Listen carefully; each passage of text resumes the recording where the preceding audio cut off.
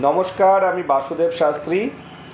জ্যোতিষ ও সমাধান অনুষ্ঠানে আপনাদের স্বাগত। আজকে আমি ফিরোজা রত্নের কিছু উপকারিতা বা বিশেষ উপকারিতা আপনাদের সামনে তুলে ধরব।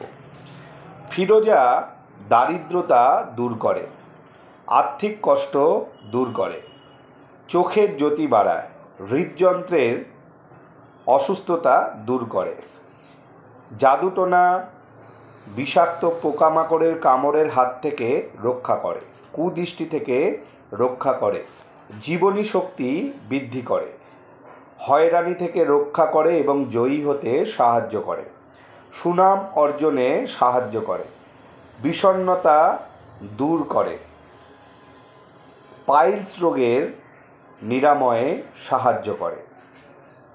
ফিরোজা রত্নের ব্যবহারে মনের শক্তি বৃদ্ধি পায়, চিন্তা শক্তি ও অন্তর্দৃষ্টি প্রখর হয়ে ওঠে, ফলে চিন্তা ও চেতনা আগের থেকে পরিষ্কার হয়।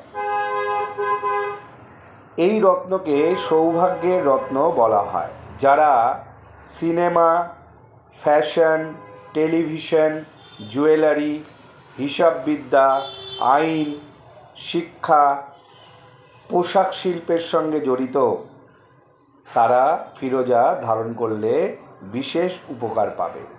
এছাড়া যারা সৃজনশীল কাজকর্মের সঙ্গে যুক্ত, যে কোনো ক্রিয়েটিভিটির সঙ্গে যুক্ত, তারাও ফিরোজা ধারণ করতে পারেন।